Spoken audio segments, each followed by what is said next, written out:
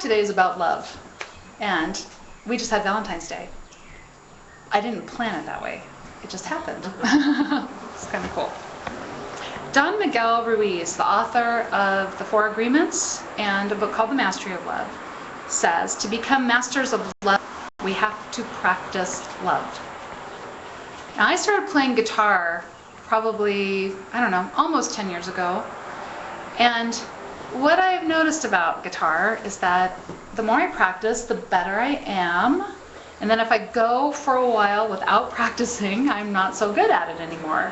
Even though once I was really good at it, well, not really good at it, but pretty good at it, if I don't practice, it goes downhill from there. That's how it is with everything. We practice, we practice, we practice. And so we want to be able to practice love also. But to practice love, we have to have an idea of what love actually is. And there are a lot of ideas about love out there. In the book of John, John says, "He who does not love does not know God, for God is love." God is love. And if we're not loving, we don't know what that love is. So when we are really loving, we're open up to an awareness around us. We're open up to something that we're not normally aware of. We're not normally privy to it, okay? We have to be loving to be able to access that. Now, if God is love, love is God. God is everywhere present, which means love is everywhere present. Love is unlimited. God is unlimited, which means that love is unlimited. So for us to have the experience of love, to love, so that we can have awareness of God, we have to let go of some old definitions that maybe don't really work for us. Some definitions, they really don't work for anybody. Okay, and those definitions of love, things we believe are love, might have an aspect of fear in them. And so if we've ever thought we had to be a certain way to be loved, that has fear in it. Because if we're working really hard to be a certain way, to get somebody to love us, to get that approval that we need, there's a level of anxiety behind that. Okay, and so that has fear in it. It's not just perfect love. John goes on to say, "There is no fear in love, for perfect love casts out fear, because fear is tormenting. He who fears is not made perfect in love." When we have tried really hard to be a certain way so that we're having approval, and I know people run into this a lot with trying to please parents, and all through their lives. I know somebody who is in her 60s and still trying to please a parent, okay? And so that is tormenting, isn't it? If we think about having to do something a certain way, that fills us with anxiety, okay? And that is tormenting. So if it's an experience that has any fear in it, it is not love. It's not love. And it's from this fear that all of our issues are going to start coming. That is why King Solomon said, "Guard your heart above all else," right? Guarding our heart is about allowing perfect love to flow through us. Guarding our heart, it sounds like it's about something else when you think about it. Because what do you do when you guard? You put a wall up, maybe? Put some soldiers out front? Okay? That is not how we guard our heart. We guard our heart by being open to expressing perfect love, which is unconditional love. Because when that perfect love is coming through us, it is pushing all the other stuff away from us. So we don't have to worry about withholding our love, okay, or trying to be perfect or be a certain way. Because when we are paying attention to the kind of love, perfect love that's actually coming through us, we're automatically setting ourselves up to not be affected by so many of those things. So that means we're loving unconditionally. When we're loving unconditionally, we are seeing the way that God sees the world. We're seeing each other the way that God sees us, which is without fear, it's without judgment, it's without criticism, okay? It's without all that stuff. There is a man I follow on the internet, and he is a dog rescuer. And he has a really interesting name. It's like Hagrid, or I say Hagrid, but I know it's not that. But he just goes around and he rescues dogs, and he videotapes them. These dogs are always in bad shape. They're very sick, they are scared, they're very scrawny. Oftentimes they're living in like dumps or they're hiding in parking lots, he has so much patience and he has so much infinite love pouring through him for these animals. He's always able to capture them. He takes them back to the veterinary office where he works. They clean the animal up, they feed them, they give the animal love. And eventually the animal will start responding to this. Now the interesting thing about this is that this man feels a tremendous amount of love flowing through him, even when the love is not being returned to him. Because that is unconditional love. And when we have unconditional love working through us, it affects us. Now this is a story about a man and a dog. Okay, and at first I'm like, well, it would be easy to do that. It's easy to have compassion for a dog, okay? Especially one who's so frightened. But there is another story that I happen to remember when I was working on this talk, but the story takes place after 9/11. But there was a young man attending college. He was a Jewish man, and he was killed by a Muslim man, okay, just out of retaliation for whatever, right? The grandfather of this young Jewish boy was brokenhearted, and he decided the only way that he could go on, the only way that he could honor his grandson's memory would be to forgive the young man who shot and killed him. To forgive him and love him. And so that is what he did. He committed to forgiving and loving. And he would go and visit that man in prison.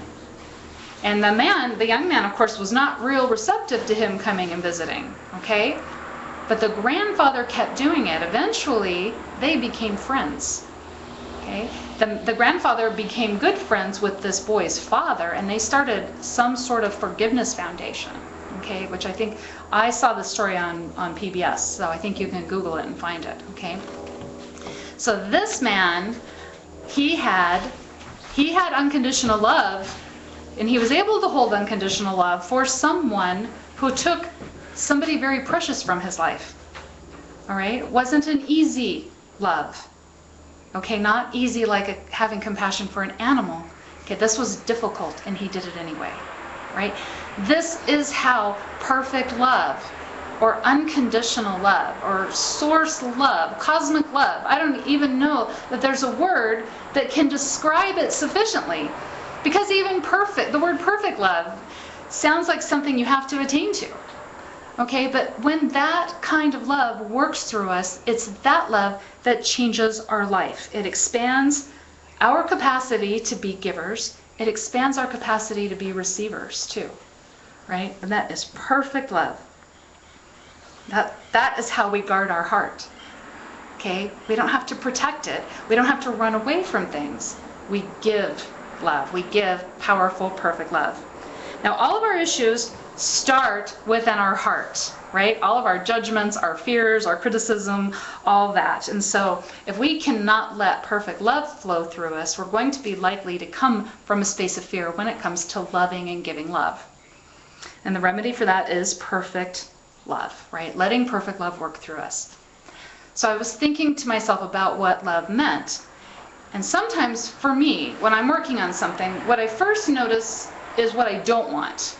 That's what I'm going to dwell on, right? Something didn't work out. Like, for instance, last week I had a sick child in the house. And so where were my thoughts, right? I don't want to get sick. I don't want to get sick. I don't want the germ. I don't want the germ. I don't want to be sick. I don't want to have the germ. Blah, blah, blah, blah. That's where my thought was, right? Okay, so where am I putting all my attention? Where's all that energy going, right? Where I don't want it to go. And so I changed my thinking because my own thinking was tormenting me. Right? I even told I would just open the door to my son's room and walk in and walk out, and I would wash my hands, just touching the doorknob, right? Which actually is a smart idea. And so I told myself that, well, I'm washing my hands, I'm taking my vitamin C, I'm taking essential oils in my water that actually are antiviral, right? So I'm doing things, and that's all I can do. And I've been sick before, and I've dealt with it, right? I just stay in bed, and I'll just watch, some entire season of something on Netflix, right? That's what I would do. So this is how I decided I was going to approach love, right? First of all, thinking about what I don't want in love. Now, that was kind of hard for me to think of, but luckily, Paul has a really good list for us in 1 Corinthians of what love is not, right? He talks about what love is but what love isn't. The first thing he says that love is not is envy. Love does not envy. Now, envy implies we have a belief in lack and limitation. Because when we envy another person, we see they have something we want, which means we don't have it. They have our thing. It was supposed to be ours. We want what they have. There's not enough to go around. That's what envy implies. Okay? Now, a loving heart rejoices. Perfect love can look at the situation and rejoice, because when somebody has something we want, when we come from the perspective of love, what we recognize is, if it has been done, it can be done. If someone else has succeeded in doing it, it means we can do it too, right? So if someone became a Reiki master, right, that means we can do that, right? If somebody gets an F-150 truck, that means we could do that, right? If it has been done, it can be done. So love rejoices instead of envies, right? Love is patient also, because sometimes if we want to bring something into our life and we're working on it and we're doing the steps to get us there, to get it to us, we may have to have a little patience. Okay? Somebody who has gone to become a Reiki master has gone through training. And if we want to get there, we've got to do that too, right? So love does require patience, but it helps us to get through the process. Love does not boast. Okay? Boasting is bragging, right? Now, I remember I used to boast because I wanted attention. Okay? I would do things like, you think I'm all like wonderful now, right? But I used to be so insecure. And you know, when I had an accomplishment, I would be like, oh, so you want to know what I did? And I would tell people what I did because I wanted them to be like, man, do you know what Deanna did? Deanna's so cool. Deanna's like, I want to be her. I think Deanna's amazing, right? And so I would do that, right? Because I loved the attention.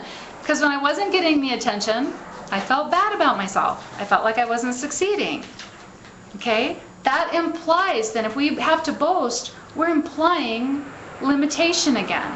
We're implying lack again, because if we can't feel good about ourselves on our own, it means we're not feeling how that source energy works through us.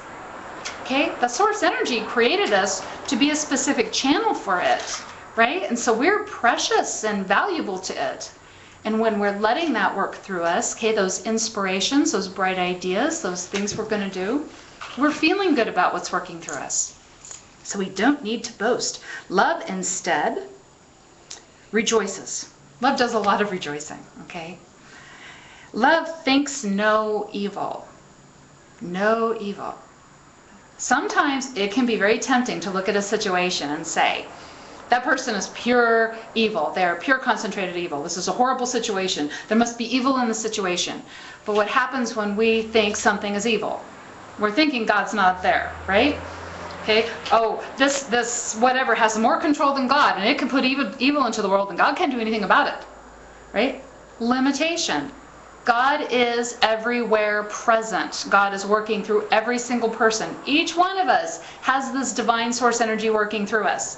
The presentation of evil may be there. The effect, it may look bad, but that's just somebody not channeling that energy right. That's somebody that is misusing and desecrating that beautiful energy that works through them. Okay? Instead, love believes in all things. Love believes God is everywhere present, behind every situation. Even situations that seem frightening, within that situation, somewhere there's divine design. It may not be up to us to see it. It may be for someone else. But if we just hold the vision that there's divine design within there, we can express perfect love instead of having to feel fear about something that's going on, okay? Or feel limited. Love is not provoked. Being provoked is having our buttons pushed, right? Okay? Now, when we're having our buttons pushed, or somebody is picking on us or saying mean things, this again implies limitation, because we are seeing God is not present in them, or they would not be pushing our buttons or provoking us. Why are they making us mad? They should be doing things to make us happy. Okay? We want life to be good, which means this person out here is not allowed to behave this way. Right? This is limitation.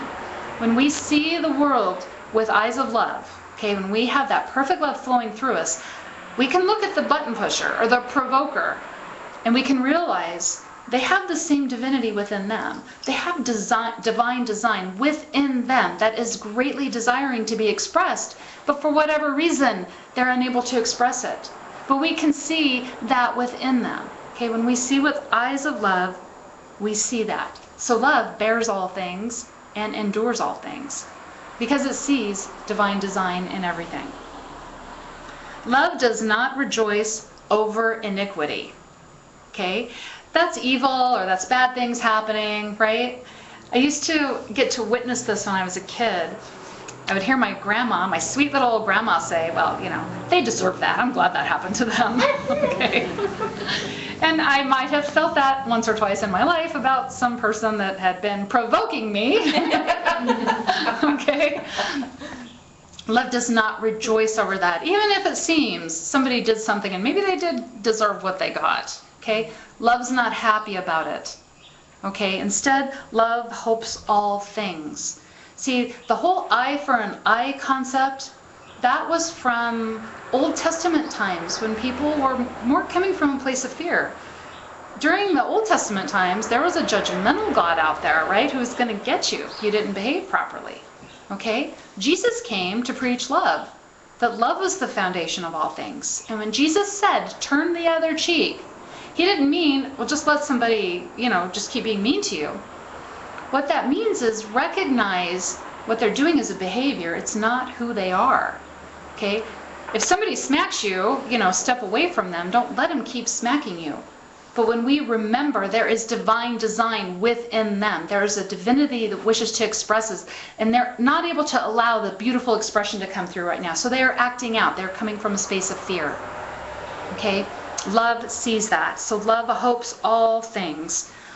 If something happens and we want to send a blessing to someone, what that blessing is for them is to see love, to have the experience of love so they can start behaving differently in the world, so that they're expressing the brightest version of themselves.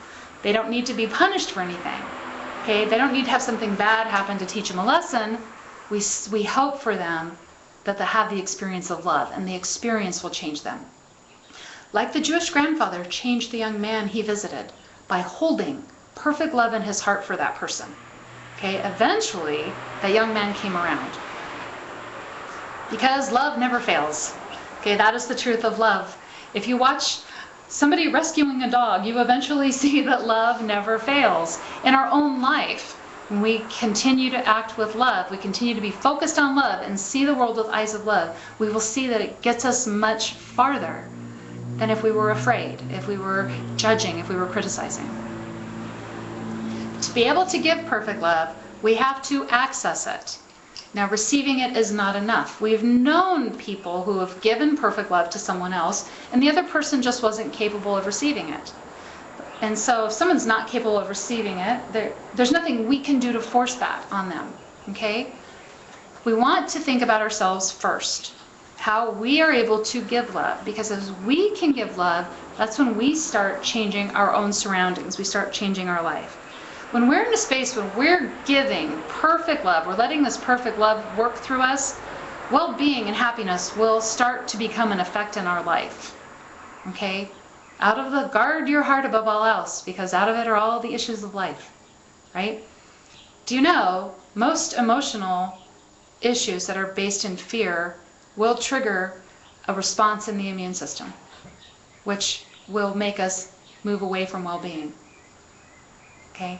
So love, in a way, is also a curative power. Because when we're coming from a space of love, it also triggers an immune response, but it boosts the immune system. Okay? And this is a big study in the field of psychoneuroimmunology from the Harvard Medical School back east. So you can Google that if you would like more information. So we want to express perfect love. Perfect love casts out fear. It is the remedy for all that ails us, right? But this is where it starts to feel difficult, okay? We can talk about love, and we can say, oh yeah, that person way over there, I love them, I send them love and light. But when we start wanting to practice this, right, to get better and better at it, it can look a little different in our own life, and it can feel a lot harder than just talking about it. Because we have to love ourselves. We have to love ourselves. Now, there are different definitions of what it means to love ourselves. Okay, there's some definitions that say if you love yourself, you're being narcissistic and you're being selfish. You're spoiling yourself. You should be giving everything you have to somebody else, right? Okay, that's fear-based. That is fear-based, right? There's some definitions of self-love that are, well, as soon as I lose 20 pounds, or as soon as I am committed to walking 3 days a week, then I'll love myself. As soon as I am successful or get this promotion or I make this much money, then I will love myself, because then I will be worthy of it. That is just another fear-based definition. To truly love ourselves, all we have to do is see ourselves with eyes of love. That is the only thing we have to do. But the process starts with loving our body. Okay?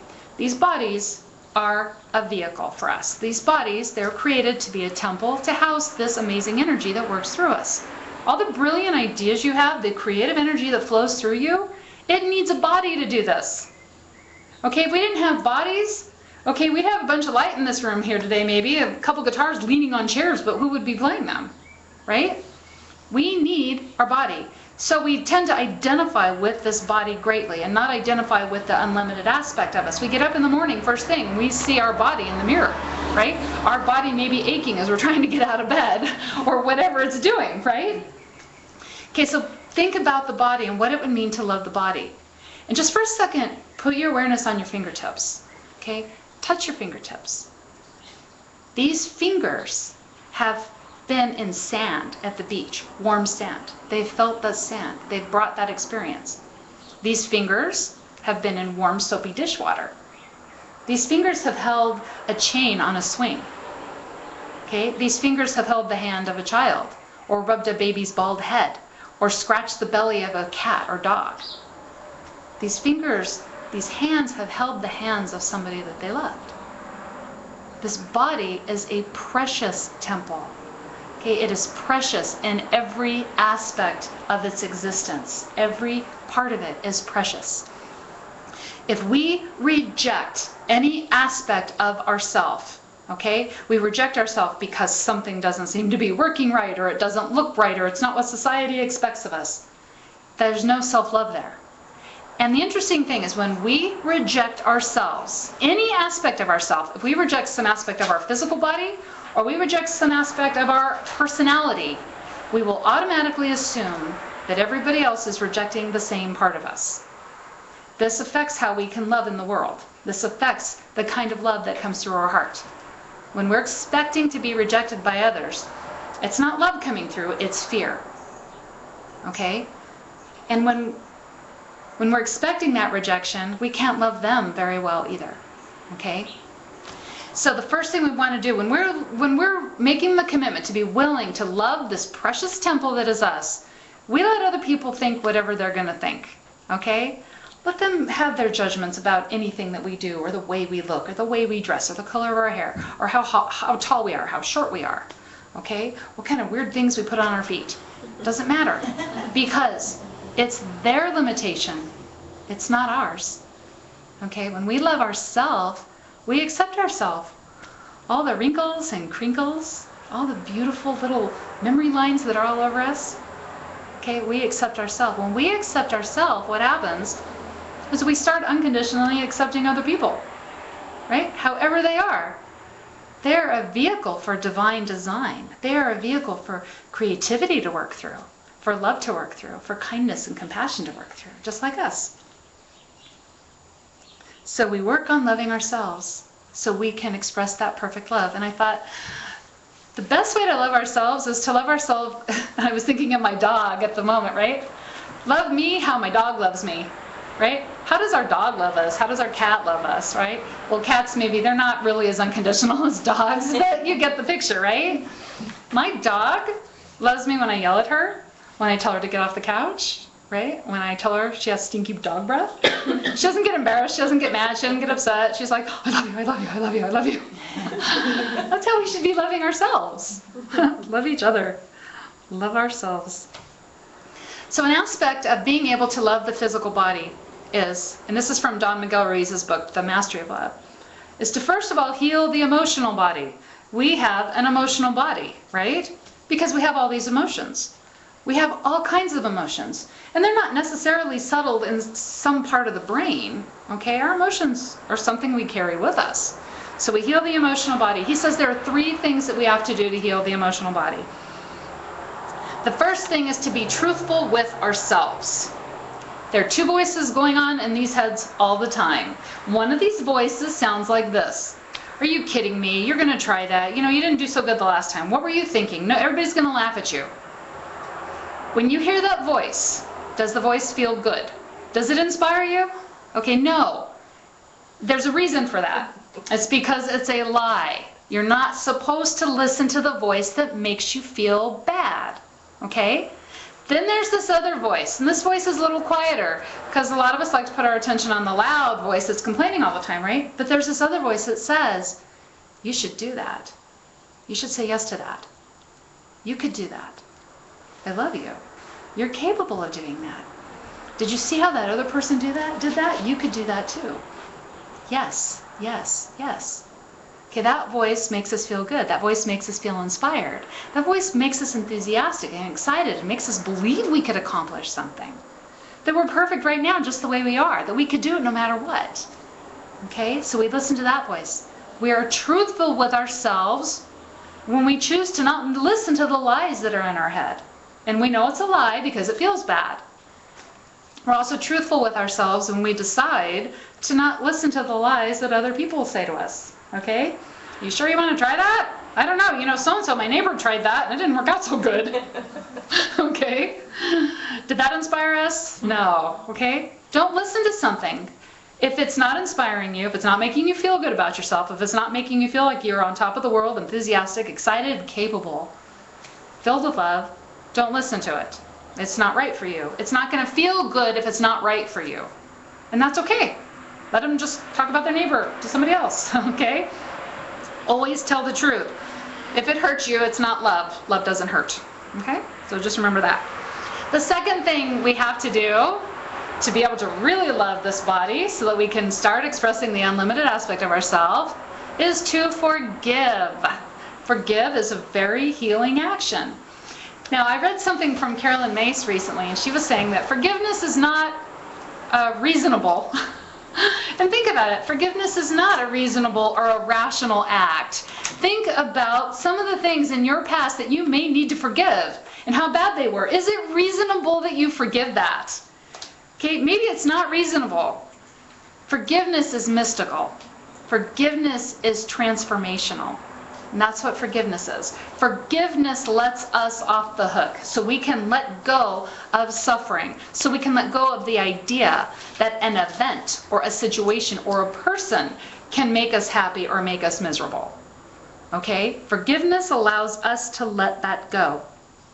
It helps us to surrender to the idea that God is everywhere present, and that in that act that we need to forgive, we never, ever, ever lost our wholeness.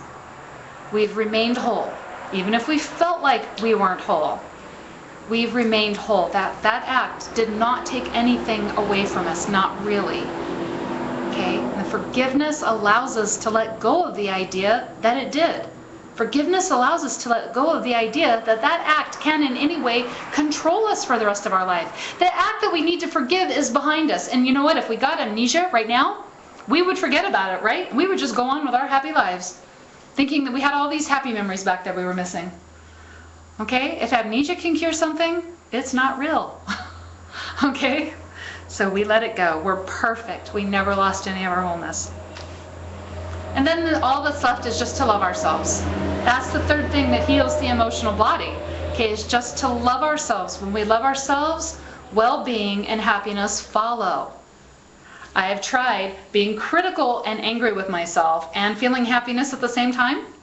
It has not worked. I just let you know in case you think that that's an option.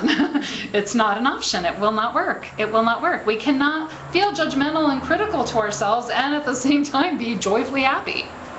Okay, they don't go together. One of my very favorite mythology stories is the story of Brahma. And I know some of you have heard this before, and some of you know the story probably, but Brahma was the creator of all things, right? And he was bored. And so he created Maya. And he told Maya, I'm bored, and you will entertain me. So Maya says, all right, I have this great idea. First of all, create the universe. Create this thing that has galaxies and put stars and planets in it, okay? And just make it real sparkly and beautiful, okay? And he does this. And she says, okay, on one of these planets, we'll just focus on one for now, right? Because we know there's probably billions of them out there, but I hope. That's what I think. Anyway, I don't know. But Maya says, let's focus on this one planet. Cover it with all kinds of beautiful vegetation and oceans. Let's make this planet like mostly blue and green, and we'll have some desert in there, okay? Create some animals for this planet now, okay? Animals of the desert who run in the grass, run through the forest. Animals that fly through the air, animals that swim in the ocean. Create this. She said, this is a beautiful illusion, okay? And it is an illusion because it's an expression from God, okay? It's a creation out of God. Then she says, now create a being who can appreciate your creation. So Brahma creates mankind. Then Maya breaks Brahma into thousands of pieces and hides Brahma within the heart of every person. She says, here's the game. I make you forget, and you have to find yourself again. All right? And Brahma to this day is still playing this game. Now the same story, if you read in the book of John, in the first few verses, John is paraphrasing this story, okay? He says the light created the world. The light created everything, and there is not one thing that has been created that did not come from the light. And then the light put the light inside of every single person. John goes on to say, when mankind has awareness of this, they will become as sons of God. Okay? This is what Jesus did. Jesus got the awareness of what was working through him and what was working through every other person. Okay, that God is within every single person. But we have to learn to recognize it in ourselves and each other in order to find God. Even on our best days, this can be hard. Okay, even on our best days, we're still going to maybe forget what we really are, what we're capable of. But see, every single problem that we have, okay, every single problem, whether it's physical or if it's emotional, if we're feeling lost, disconnected, we don't know what to do with our life, where to go from here, all of that comes from not realizing the value of our precious self, okay, of our precious hearts and what it is that works through us and why we were created to be here in the first place, okay? We all do it.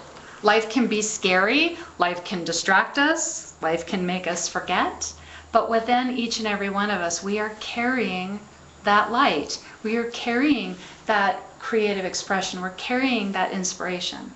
Okay, we are carrying that divine design. Each and every one of us. It's always there, even when we forget. And it's only through the act of being able to express perfect love that we can recognize it in ourselves and others. And remember that we came here to be, do, live, love. That's why we're here. So that we can be, do, live, love. And we do that through allowing that perfect, unconditional, cosmic love to work through us. Okay? And so that, remember that you are a divine force for good. Okay? You are a divine child of a loving creator. You are light and you light the way. With every beat of your heart, with every breath you take, you are radiating light and love out into the world around you. In everything you do, you are blessed. And so it is. Amen.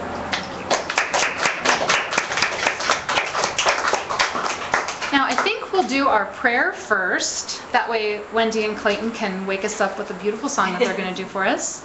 Gloria, would you mind grabbing the prayer box? You can just leave the paper on the chair. You can just pass it forward.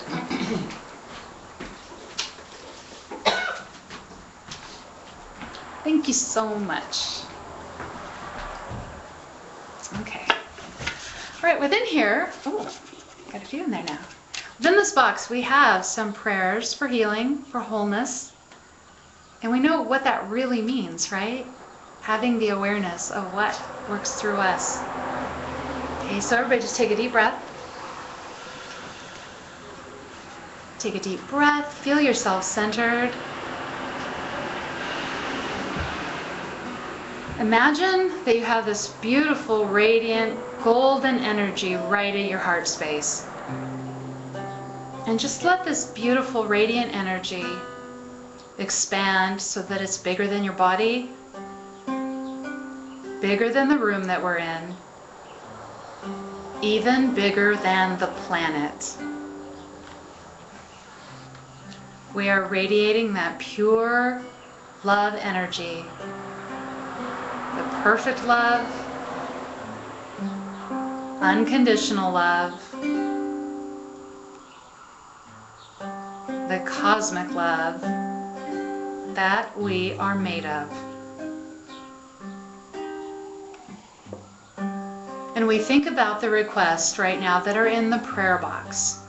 And we just imagine every person who's asking for healing in whatever form. We see that as already whole and perfect.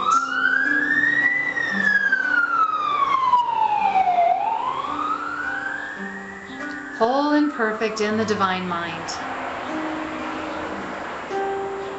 We ask that they receive the awareness of what they really are and the beautiful energy that works through them.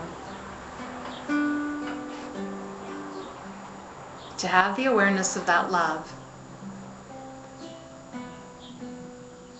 And we think about any of our own concerns, and we put those out into the light also.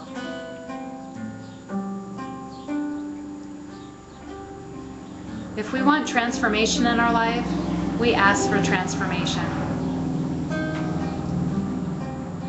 We let our lives be transformed and healed. We let our sweet, precious hearts be transformed and healed. So that this perfect expression of love continues to work through us, for us, and for the highest good of all concerned. We are made from this love. And we are made from this light. And so it is. Thank you, thank you, thank you. Amen. Okay. Now they're going to do another song for us. And what's the name of the song? Live Love. Live Love, okay. Yeah.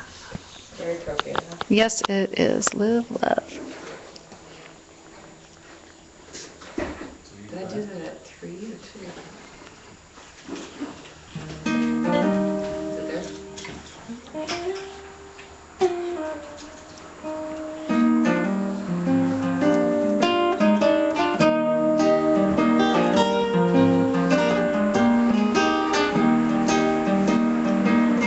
Look at the beautiful girl. She studies love with the flowers and me.